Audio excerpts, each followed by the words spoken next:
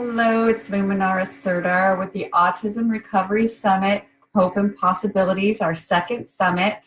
And if you haven't purchased the upgrade package yet, you may want to go do that because these interviews are just so rich with information. You'll probably want to listen to them at least another time, if not more, and get more from them. And then we have a bunch of really cool bonuses, so go check those out. Now I'd like to direct our attention to Dr. Martha Herbert. She is a pediatric neurologist, brain researcher, writer, speaker, an integrative systems thinker. And she's dedicated to showing the linkages between the body, the brain, and the world. She founded and directs the Transcend Research Program, which is a combination at Mass General Hospital, Harvard, MIT. She's a Harvard Medical School assistant professor of neurology. She directs the Higher Synthesis Health Clinic in Cambridge, Massachusetts.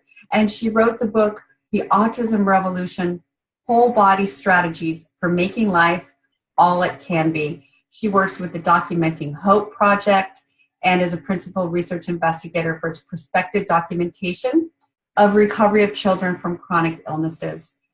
And today, Dr. Herbert will be speaking about whole body strategies for protecting and rebuilding your brain. Welcome, Dr. Herbert.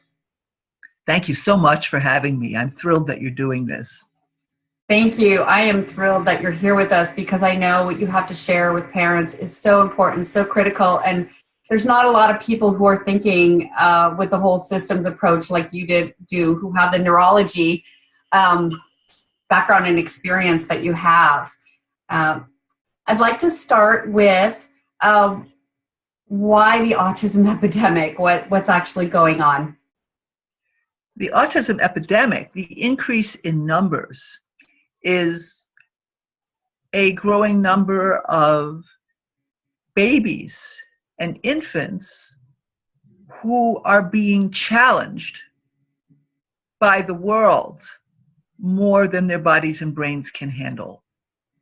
So something is happening in our world, many things are happening in our world that are too much for our systems. And now the vulnerability is being passed on from mother to child as well, because the things that have been making us more vulnerable have been going on now for some generations, but they're getting worse in some respects. Can you speak to what are these things that are making us more vulnerable? I'm thinking about many of the things that are being manufactured that are promoted as making life better. The old saying from DuPont years ago, some of us will remember, better living through chemistry. All kinds of things that are advertised as making things more convenient for us, but maybe we don't really need them, and maybe they don't take account of the complexity of nature in the way they're designed. There's been no requirement to test them for complex side effects. So we're being inundated with things that have been built for a profit motive and not for really upgrading the whole biological ecosystem that sustains us. Okay, so you mentioned chemicals that are supposed to make our lives easier and simpler. What else besides chemicals that are for our convenience? Well, a lot of medications. One of the kinds of medications that particularly concerns me is the anti set of medications, like antibiotics in particular. We used to, we really need to evolve from bugs are bad, we've got to kill them, to microorganisms are part of this rich ecosystem, and a lot of them do important work. And for many of them that we call pathogens, it's just because they're out of context and the ecosystem that they're in has been altered or degraded, so their natural checks and balances aren't there. So what we do with antibiotics is we just make it worse by killing even more of the checks and balances, and pretty soon it's really hard to resist the illnesses that come both from having some organisms unleashed and other ones not available to do things we need them to do.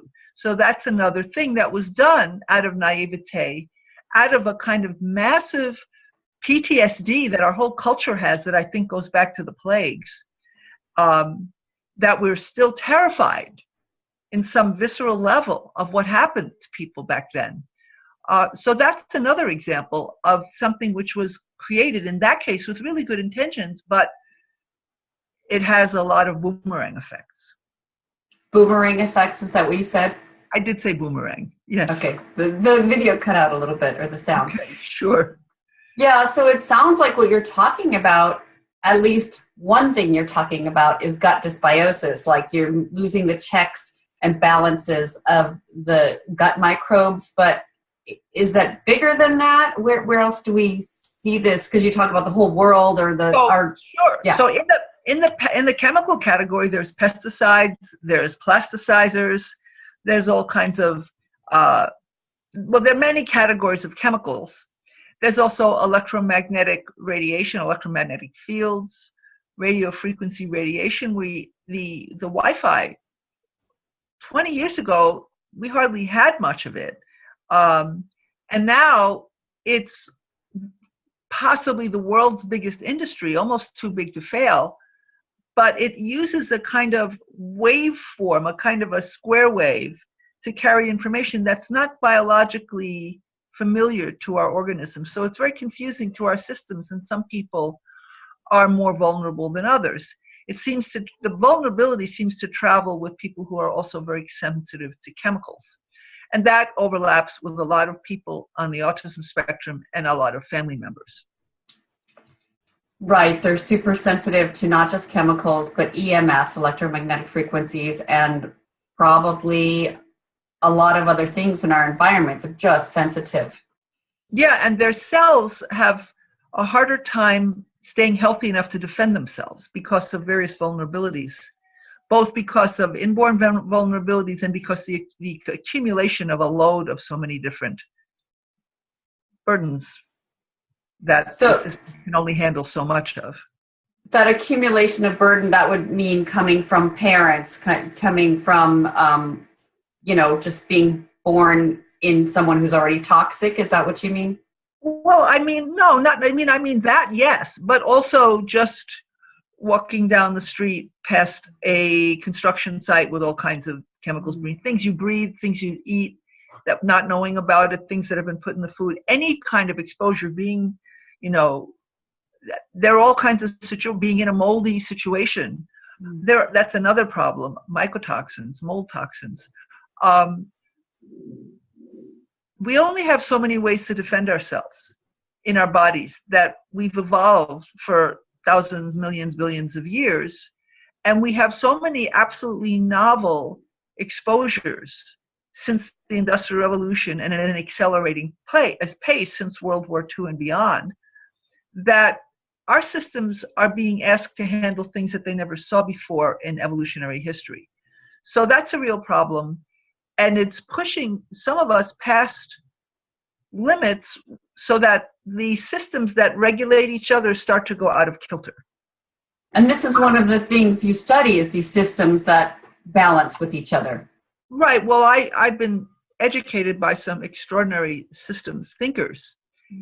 And I remember one of my teachers who recently passed away, Richard Levins, explained to me a long time ago how when a system becomes fragile, when the things that hold it into balance start to fall away, you start to get, instead of these little fluctuations, you get these big fluctuations. And he was talking about things like climate, but I honestly think about also the behavior of people with autism. It's over here, and then something happens, and wham, it goes over here, and wham, it goes up here. And it doesn't, some of the swings that are made are way huge.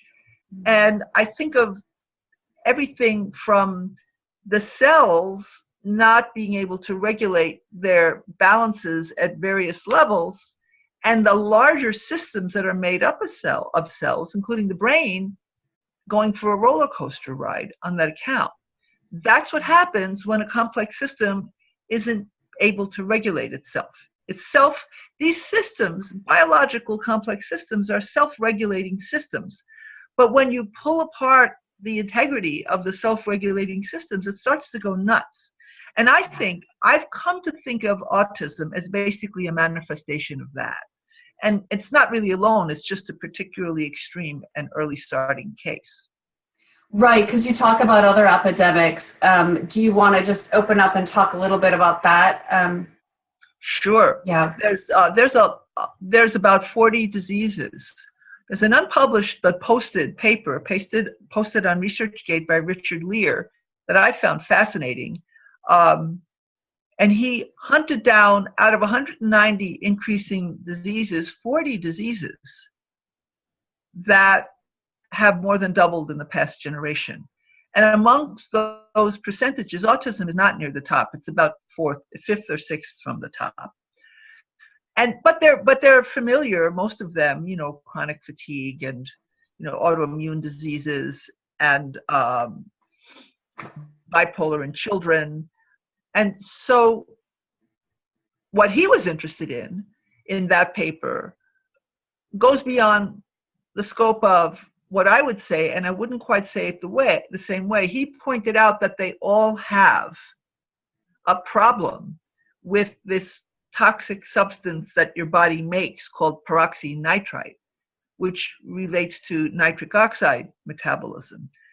For me, that just says that if all of these different conditions have that particular chemical abnormality, and we know that nitric oxide is an incredibly important molecule, then it means that what we're being hit with is going after the fundamental regulatory capacities of our systems. And in some people, it looks like autism, the way it hits us.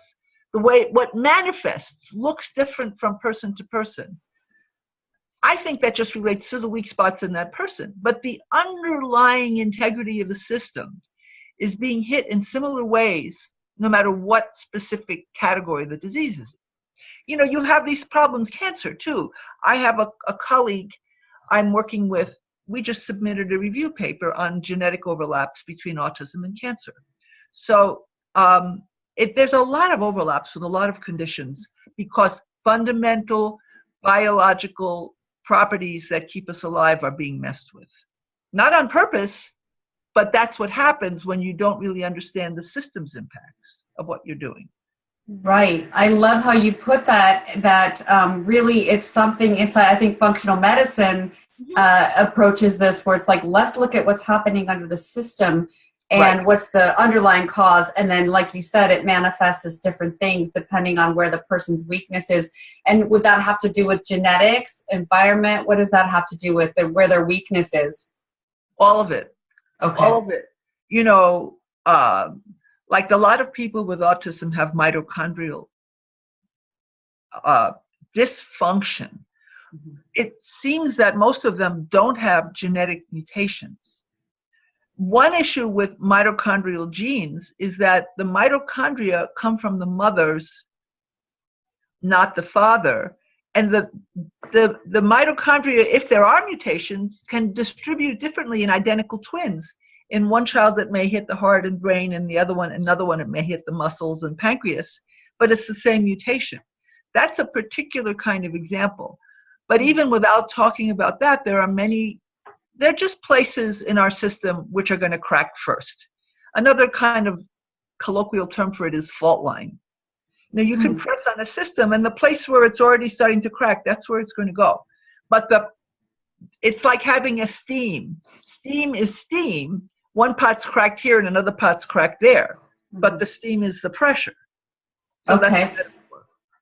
Got it. And for parents who are listening, maybe new to this whole scene of what to do for autism, could you just say a little bit about you talked about the mitochondrial dysfunction. Can you just explain what that is in the cell so people have a concept? Yeah. So mitochondria are these amazing little, what we call organelles. They're like little mini subcells inside your cells, and they take care of energy metabolism. And they got there in the process of our ancestors billions of years ago starting to use oxygen.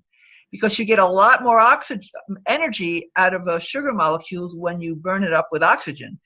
The mitochondria, instead of, if you just burn the sugar for energy, you would catch on fire, and that wouldn't work. You'd cook and there would be no life on Earth. So that wouldn't work. So what they do is they take out the energy step by step by step in these very amazing chemical processes that make a lot of sense if you have a chance to really delve into it. But just take my word for it. Step by step, a little bit comes out. No heat really is mostly captured. And that's where our brain, for example, weighs 3 pounds, but it uses 20% of the body's energy, because these mitochondria are providing enough energy for the neurons to fire. So organs like the brain, the heart, the muscles, they take a bigger hit when the mitochondria have problems. But mitochondria are vulnerable to thousands and thousands of chemicals. They're little cute little lipid membranes where all of this chemical activity goes on. They get attacked and brittle. And they also are vulnerable to electromagnetic radiation, to, frequencies. So we have a kind of assault on one of the fundamental things we need to actually function properly, to have enough juice to make our brains work, to have the energy to use our muscles and not just be hypotonic and tired. Mm-hmm. So it's a very fundamental thing. But mitochondrial dysfunction is also central in cancer. Thomas Seyfried, a researcher here in Boston, is doing amazing work on that. He says it explains much more of cancer to look at it as a mitochondrial energy dysfunction than to try to go through to other nuclear or genetic paths. Mm. So it's a really big deal. It's a big deal in obesity and heart disease. So we see these fundamental important parts of our systems not doing too well. Like, there was an amazing statistic in this Richard Lear paper. We have 300 million people and 700 million diagnoses of chronic illness. We have more diagnoses than people. Yeah. Okay. Okay, well, that kind of speaks something to our medical, our health industry, or the way we look at health and the way we look at medicine. Yeah, I would say so. Okay. And so when we have these problems, like you said, at the fundamental level, and we label them as mental or psychiatric or neurological, what's really going on? Why do they express this way? Well, the brain is very vulnerable. It has to be so exquisitely tuned between cellular metabolic problems, shortages of vital minerals that your brain needs to carry out its reactions. There's a wonderful paper called "You Need Zinc to Think." So many people don't have enough zinc. So many people don't have enough magnesium. You need magnesium to transport, you need energy to transport magnesium into your system. So if you're starting to have your energy system not work, you're going to get short on magnesium, which is going to throw off hundreds and hundreds of chemical reactions. Even if the magnesium is around, you won't be able to use it. Exactly. Now, I want to introduce the term vicious circle. It's really important. Another word for it is a cascade or a runaway problem, where one thing causes another thing that makes the first thing worse, and then more things come in and each thing makes it worse. And that's a vicious circle. So when we try and get a child with autism or an adult with autism or anybody with a chronic illness better, we're trying to take the viciousness out of the circle and add the reinforcers so that this can repair and that can repair, and the whole processes start to work the way they should be in a more resilient and healthy way. It sounds like it's a little bit like these fundamental reactions that might be, I'm picturing a newspaper press, this whole automated printing press machine, and if one part isn't working, the rest is really shut down. But what you're talking about is, it's sort of an analogy. What you're talking about is to get that part back working, and then the whole thing can kind of gear back up and do what it's supposed to do. Yeah, that's really true. But let me tell you what it's really like. An assembly line runs from here to here, right? Mm-hmm. But in our bodies, we have these networks, and they're all crossing like this. Mm-hmm. So there's one assembly going around this way, and then this one has an intersection there. And they're so intertwined, and it's 3D. And you could have something broken here and something broken there, and it screws up a whole network. I have a paper out last year in the Public Library of Science, PLOS 1, on pathway networks in autism, and figure 2 is an amazing diagram of how all of these pathways, genetic pathways in autism, overlap so much and are associated with other disease and processes. So you can get that free online if you Google my name and pathways and networks and autism. Maybe PLOS, you can see these pictures. If you're into reading that kind of thing, you can, but the pictures are great. But that's what it is. It's really complicated. And so there are certain key things. And so in my clinic, the Higher Synthesis Health, I find, that we do very similar things for people with widely different problems because they're all broken in similar ways. Some people, you may do it in a somewhat different order. Some of the brain upgrade treatments that we have, I wouldn't start them on people until they're nutritionally strong enough to be able to handle it, because otherwise you might give them a setback. But once they're ready to take it, it's good. So, but basically, we keep on finding the same things. That's why I feel I've come, even though I've done a lot of work on autism, I've come to the point where I really feel, in order to really understand what's going on, I need to put autism in the context of the whole chronic disease epidemic. Wow, that's really amazing. And I thank you for doing this really important work, because it's for the parents out there who are, wondering what the heck's going on with my child, but they might have a parent who has cancer or, some other chronic thing, or they might be feeling ill themselves, and it's kind of all connected. So what you can do for your child with autism, you could likely do for yourself or someone else, but as I imagine, you've noticed that every body is very unique. So would you say that you start at different places for different people, depending on what they are or where they are? Or do you have like across the board, we've got to start here? How does that work? Yeah, okay, so it depends on what level of being specific. In some general way, we make sure everybody is moving on a path toward more and more excellent, fantastic diet. For some people, it may go a different route than others, but if you're eating lousy food, you're undermining everything else that you may want to invest your money in with regard to getting your health better. So, but some people have different food sensitivities than others and so forth. But we would say to absolutely everybody, no refined sugar. That's just period. That's it. No refined sugar. And we pretty strongly advise eating food that comes in boxes, because it's been degraded and it doesn't have a full panoply of nutrients like you get in food that grew somewhere. So, it depends on where, but because the industrial fertilizers, they don't really put all the minerals back into the soil. So you really come out getting mineral deficient, even though you're eating food that grew. So how it grew also matters. So we start with a foundational approach with food, and then we go after identifying people's specific weak spots. And we have what I call a bottom-up approach and a top-down, and also a middle-out.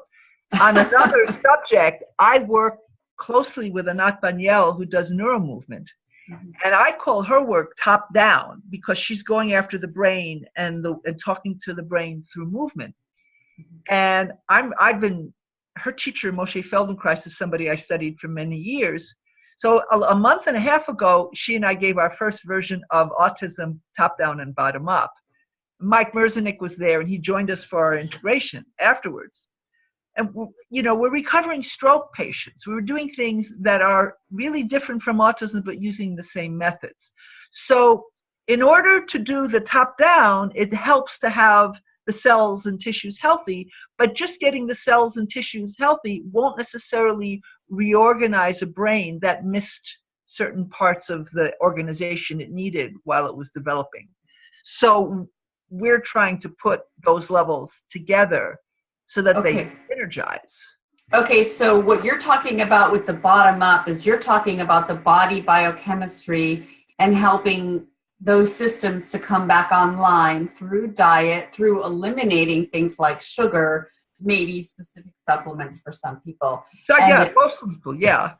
Okay, and the top-down approach is really looking at the brain movement, how it handles different things, and developing things that may never have gotten developed in the first place. Right, and the neuromovement approach has a very rich set of tools, and we also can do light therapy for the brain, low-level laser therapy, and certain kinds of slow rhythm neurofeedback, so that we are helping the brain get out of a shock and disorganized and chaos state and be able to regulate itself better.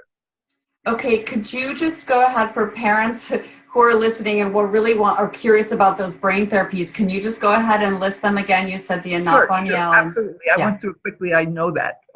That was the headline. So Anat Banyel method, anatbanyelmethod.com. And she and I are giving a talk at the International Functional Medicine meeting in June about stroke, because we have some amazing footage.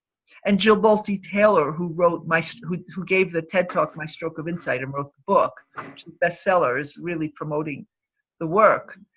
But we're speaking at functional medicine, and we're going to describe the way the thinking in this work is the same structure as functional medicine, but at the level of the brain as an information system, not as a chemical system.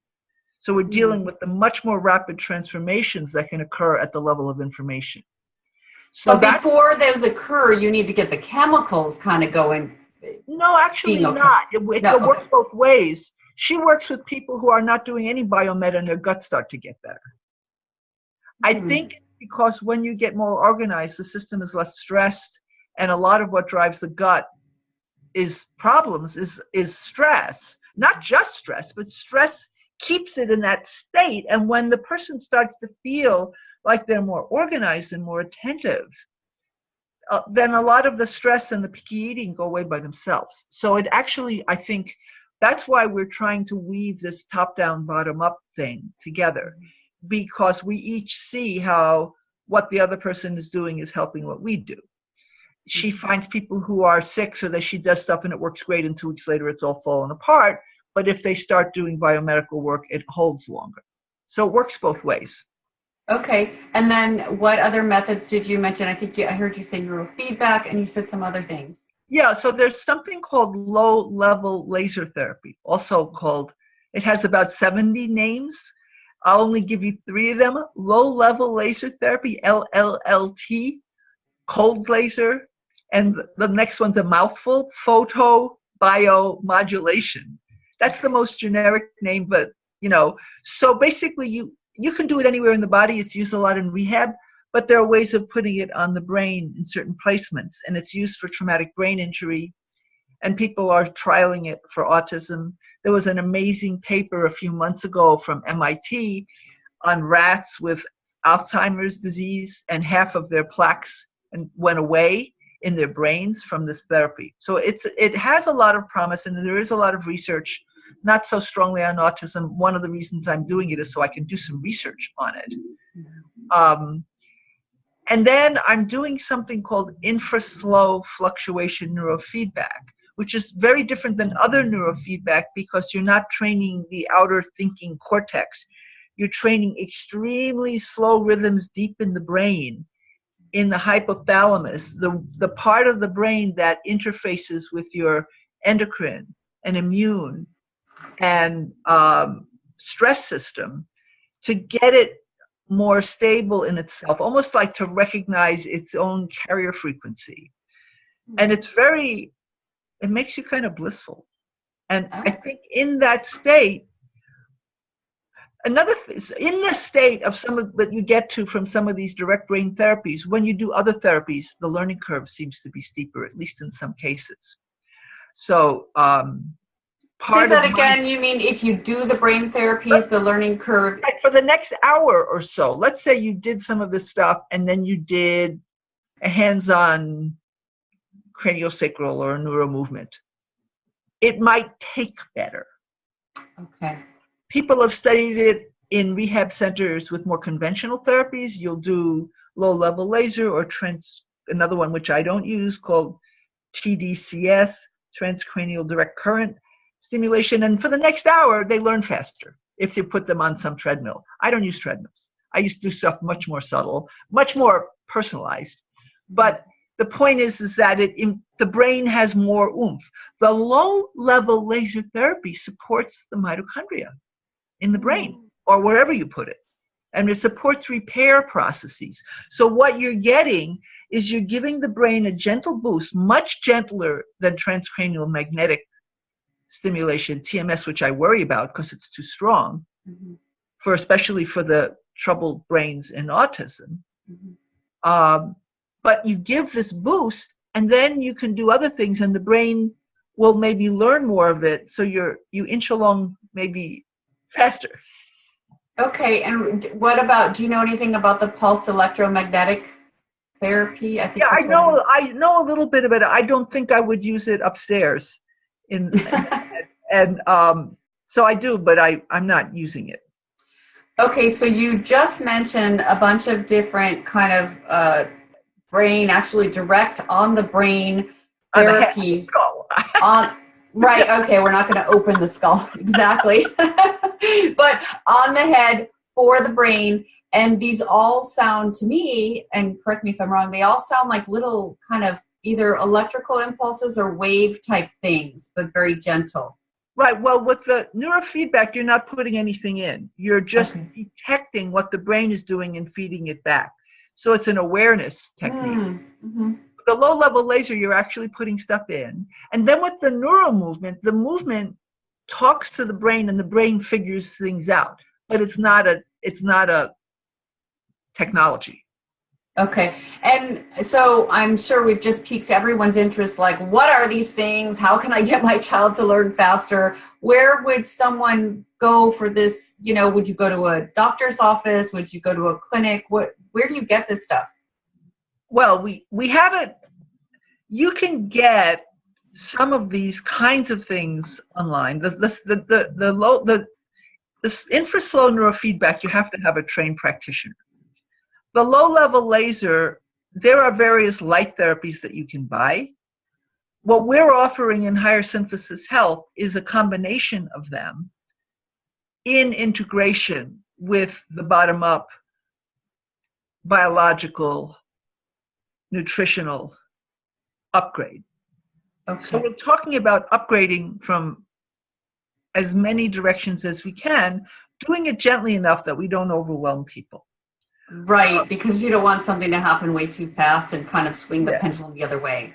Right, we don't want to, and you know, but to get, you know, to make sure that each thing is tolerated and there aren't any really particularly serious nutritional imbalances going on or any significant indicators of oxidative stress. Like there's one indicator called lipid peroxidation that you get on a lot of the functional medicine tests or in some of them, then that's an indication that the membranes of the cells have taken a hit and the fatty layer around the cells isn't as healthy as it needs to be. And we don't want to push a system too hard when it has that problem. Okay, so you could push it too hard if you're doing some of these therapies or even nutrition. Well, you know, I think that the people in the neuromodulation research world who do this probably mostly don't think about that. But I do, and so I want to be monitoring for it. And I'm very committed to practice-based research and taking data on what we do so that we do it systematically and capture baselines and follow-up. And then, you know, I'm working on a practice-based research project. I've tried to do it through several electronic health records, and it doesn't work that way, but I have something else up my sleeve. I think I'll save that. It's further along. But I think it's really important, even for clinical practitioners, to keep track of what they're doing and examine their own results and find benchmarks. And this is even true if you're doing something for yourself or your child. What are you going to measure it against? I just had a session with some parents today about their child who just had a pretty challenging finding about problems in the auditory system. And I'm like, okay, this is the time to really focus. And anything you want to add, you need to see, is it improving the progress with the auditory processing, or is it degrading it? You need to decide what you're trying to do, and then measure against that. Mm-hmm. And we need to learn to be rigorous grassroots scientists. I think that's what we need to do. That's great. And I think what goes along with that is not throwing 100 things out at once, to just do one at a time so you can see where you go from that baseline. No, I agree with you partway. Okay. That you need to do that at some point. But I also think it's legitimate after you've done that, and also to make sure that you can tolerate each individual thing, then you can try combinations. But while you're trying that combination, you don't mess around with all this other stuff. That's what you do, is that It reminds me of an old story many years ago. A friend of mine went to Burma to study Buddhism. And the Buddhist master said, do one thing at a time. When you eat, and when you read, you read. And one day he walked in on the guy, the master, and he's sitting there eating and reading. And this young student who was young then said, oh, I can't believe, Master, what are you doing? He says, well, when I eat and read, I eat and read. So the thing is, you can do combinations, and I think we need to, but you should do it rigorously. Not just decide next week, oh, I just saw this new cool treatment, I'm going to add that. You have to, for a certain period of time, whatever you're doing, you do that and track it. Right, that's great. You make boundaries and spaces. Otherwise, it gets very confusing, and it's even worse if something bad happens, because then you have no idea what it was. Right, that's great. You mentioned the top down, the brain stuff, and the bottom up, the nutrition. Then you said there's a middle road. What would that be? I've been playing with this language. The middle out terminology I got from these British systems biologists. And what they're talking about is, the geneticists say it's all bottom up and the genes cause everything. They don't believe that. I don't believe that. Genes don't do anything. They just carry information, and everything else does the work. Mm-hmm. They're just a library. But top down is, well, whatever. But from middle out is the physiology, the biochemistry, the immune system. They think that that's the action. And I do too. I agree with them. So that's where I got the term middle out. But I stole it for a different purpose, because I think in an integrative therapeutic framework, middle out is oftentimes these various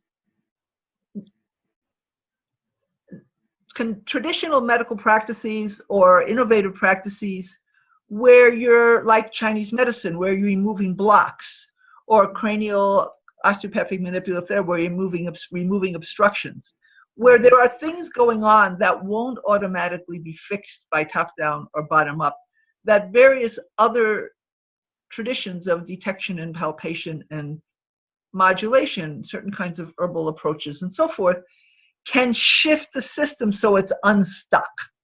Mm-hmm. And so I'm just working on that language, but I do send people to well-trained osteopathic manipulative medicine physicians.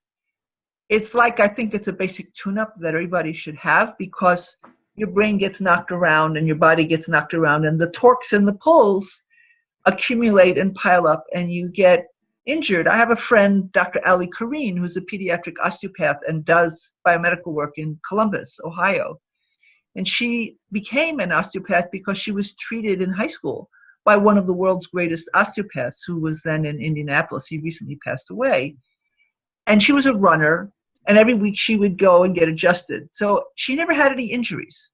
I think what would happen is the little bits of torque and tear and imbalances would get put back before they got worse and worse and worse.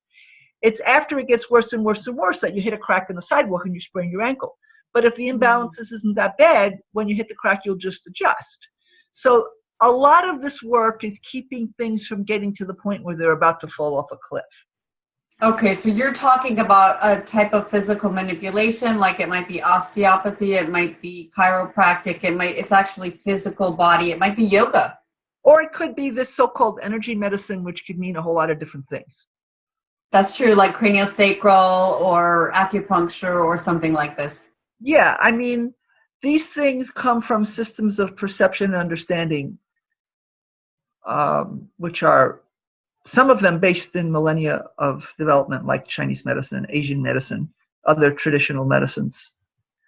I really think that between the buildup of toxic exposures, whether chemical or electromagnetic or other kinds of stress or noise, or just running around too much like a chicken with your head cut off, and the ways we use our bodies, which are kind of much more primitive than what our bodies are intrinsically capable of. We're just walking potential train wrecks. And then some of us become train wrecks.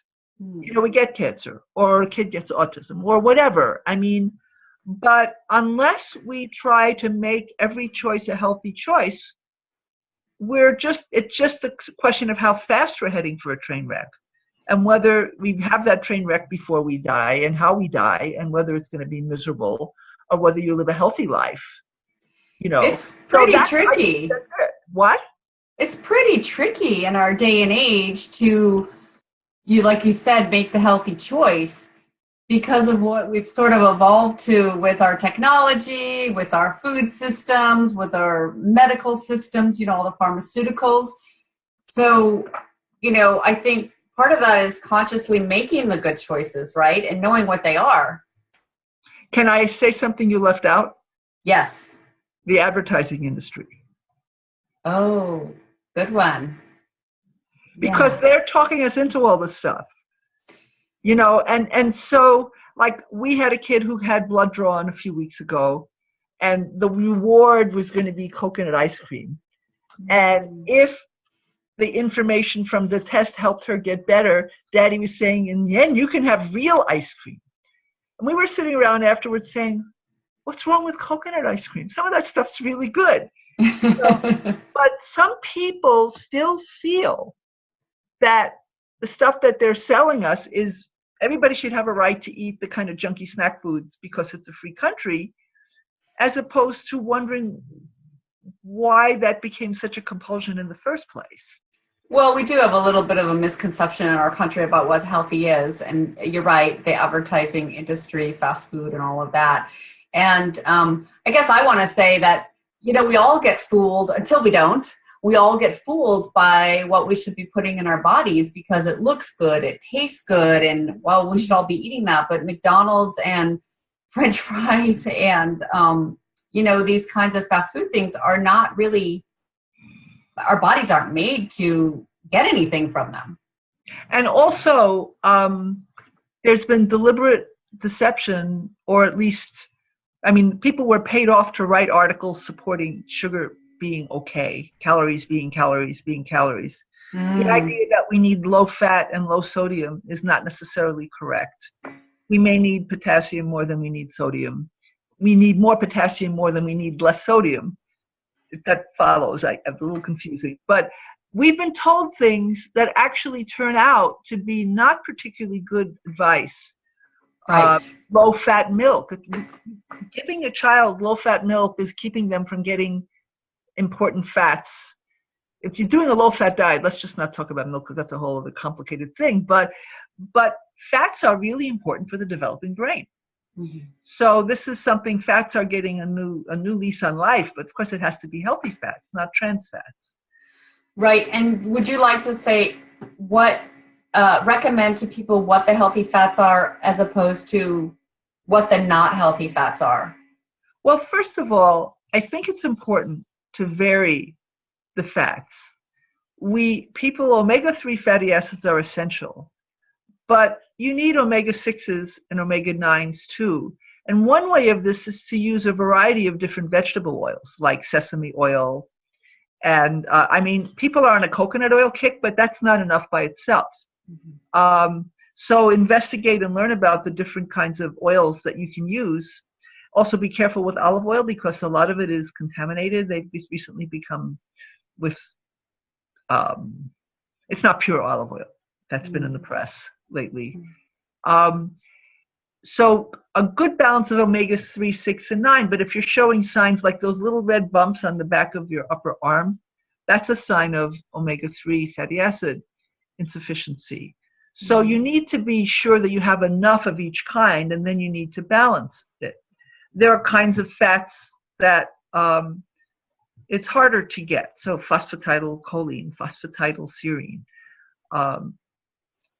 That's a whole other discussion. But basically, as my dear departed aunt, who died 3 years ago when she was 103, used to say, vary your poisons, but really vary your fats too. It isn't fats that are very, you shouldn't get on a thing where you're just doing this one thing. Right. It's source it is. It goes back to that everything in moderation. Yeah, and it's also systems. I mean, systems, when you hammer it too much in one direction, a lot of other things start going out of kilter. So it's good to have a variety. One of the things I learned years ago from Jeff Bland, who's one of the leading founding figures in functional medicine, was that one of the reasons we need to eat so many different colored fruits and vegetables is there's so many tens of thousands of phytonutrients. You may not need them all in any one day, but you need to have them around in case something happens where the body needs that ingredient to take care of an unusual need. Right. Excellent. And you talk about the brain's wet biological systems, right? Oh, wet biological functions. And can you explain what that is and how they're important? Oh, yeah. Oh, this is my actual pet favorite subject these days. You know, in the last 10 years, there's been research like never before on the part of the brain called the extracellular matrix. There's cells, there's neurons, there's glial cells. There's not like air in between. There's fluid in between all these fibrous systems. And that extracellular space takes up about 20% of the brain's volume. Who would have thought? And in that space, there's all these different determinants of health. How sticky is it? How much stuff is in there that shouldn't be? How much inflammation? And how much is there enough sulfur and other containing these little filtrate like substances that are in there, these really beautiful molecules. And if you think about it, if it's really sticky and there's a lot of electrical resistance in that extracellular space, it's going to affect how well the waves of signaling in the brain can move around. Now, various traditional practices have had cleansing and juicing and all of this stuff, and they've thought about clearing the extracellular space. It's a big deal in various traditions like naturopathic medicine, German biological medicine. And now it's really turning into a big deal in research. We, as in the scientific community, are finding that changes occur in the extracellular matrix before you develop diseases like diabetes or Parkinson's. So when you realize that there's this wetlands in your brain that isn't genetically controlled. I mean, there are portions of it that are, but the aggregate impact of it is not. It's a system that affect the way the cells can work. You realize that everything you do should be also something that will keep it freely flowing in there. Well, how do you do that? Yeah, how do you do that? Well, one of them is an alkaline diet. I can't prove that an alkaline diet goes straight to the extracellular matrix in the brain, but it's likely to be the case. You also need you need to be hydrated. Hydration, simple hydration and getting enough electrolytes is something that's so easily neglected by people. I mean, as I get older, I feel more clearly stupider when I'm dehydrated. And if I get tired, one of the first things I do is hydrate myself. And then the next thing I do is take vitamin C. And after that, there's the coffee, but you don't want to drink too much. So, so I think that a lot of the healthy choices around fruits and vegetables and staying away from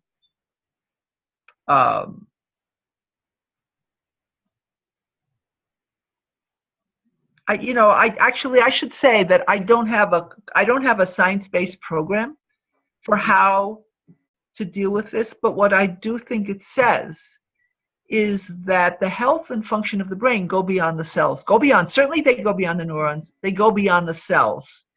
The osteopaths in the cranial tradition have been talking about fluids in the brain for years.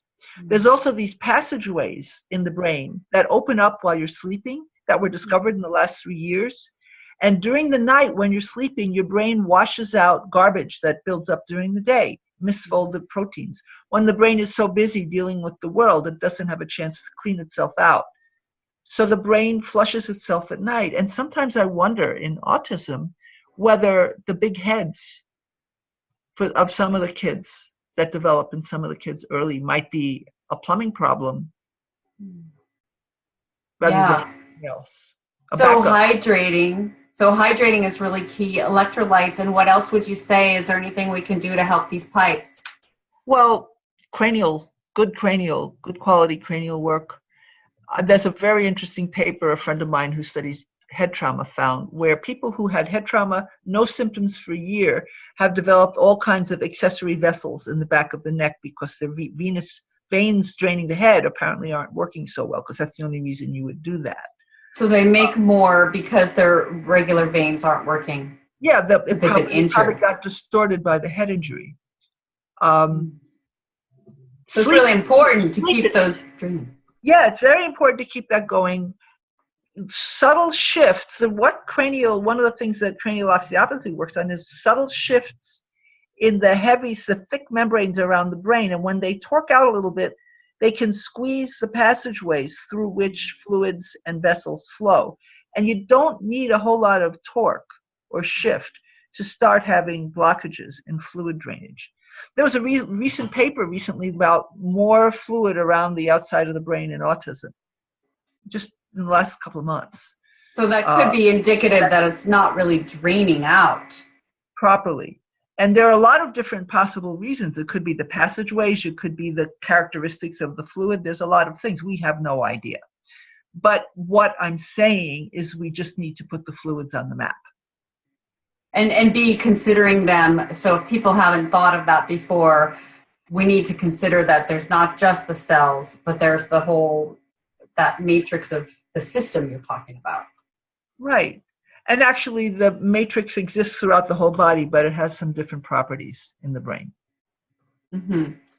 Yeah, and it's especially important to have all those toxins drain out, and we don't want to keep them in there. And it's important to sleep, so it can do that.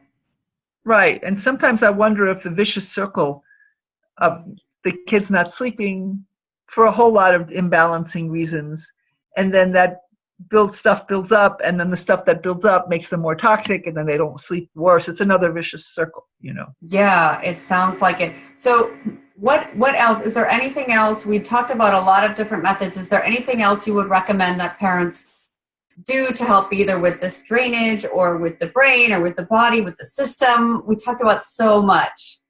One thing, I'll just harken back to one of my pet interventions, green smoothies. They have so many plant nutrients. They have so many things that help perk out the phytonutrients, and there are ways of making them taste really good.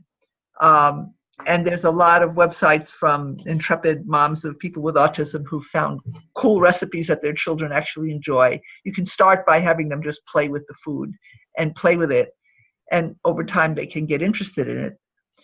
But we need, I think that one of the terrible things about the so-called beige diet that so many people with autism, the picky eaters, eat, where all they eat is pasta and bread and cheese and dairy, that's terrible. That's like a recipe for gumming up your brain.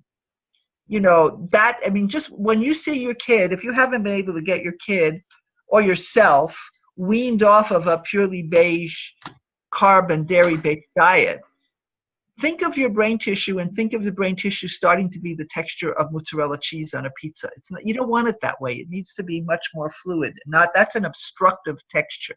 You don't want that. I mean, it's a metaphor, but that's what we're dealing with. We need to have a lot more vegetables and fluid and electrolytes and minerals in order to keep the system working properly.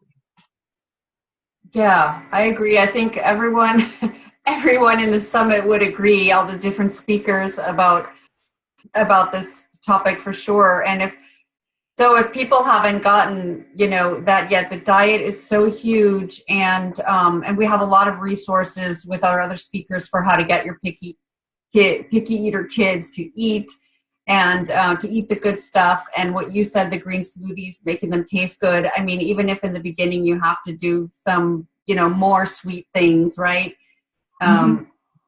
It's worth it, because we need to get these good minerals and these good vitamins and these good plants and everything into the kids. Yeah, and berries are a good source of antioxidants.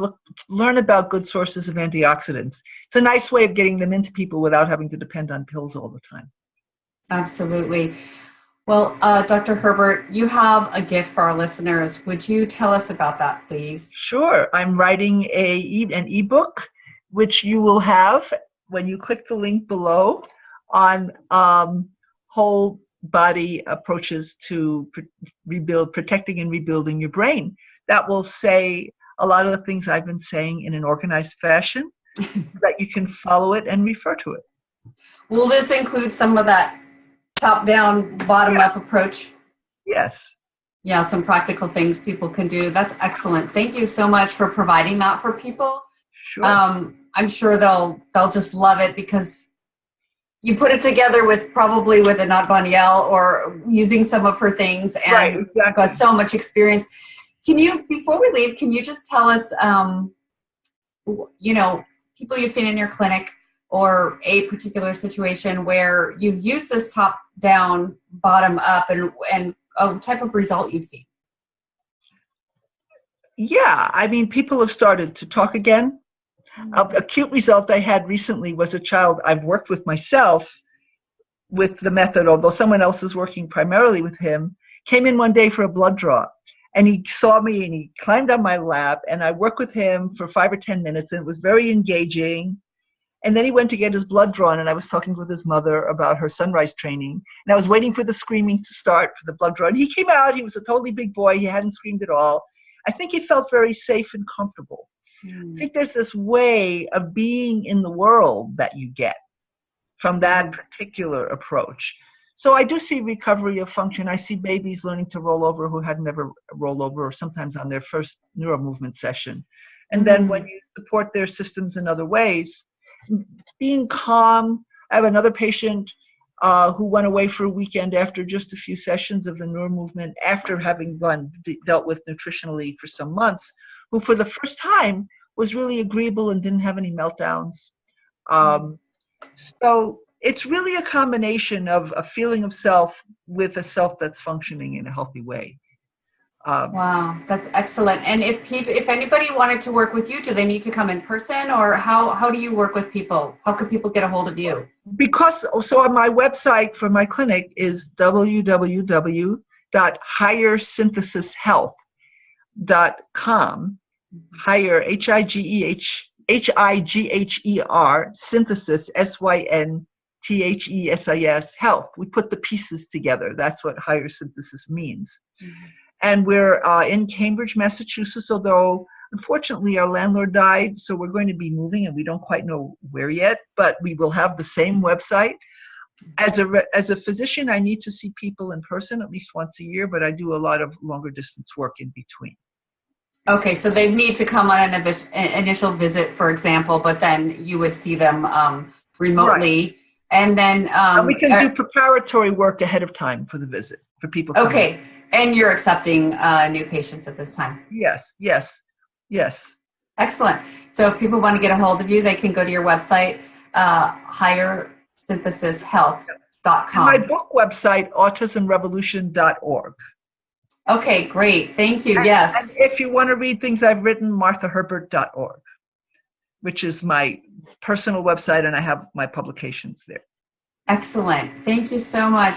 Thanks to everyone who stuck in with us and listened through the whole interview. And go grab Dr. Herbert's free gift and check her out on her websites. And thank you, Dr. Herbert, for being with us today in the interview and sharing so much of your wisdom and experience. Really appreciate it.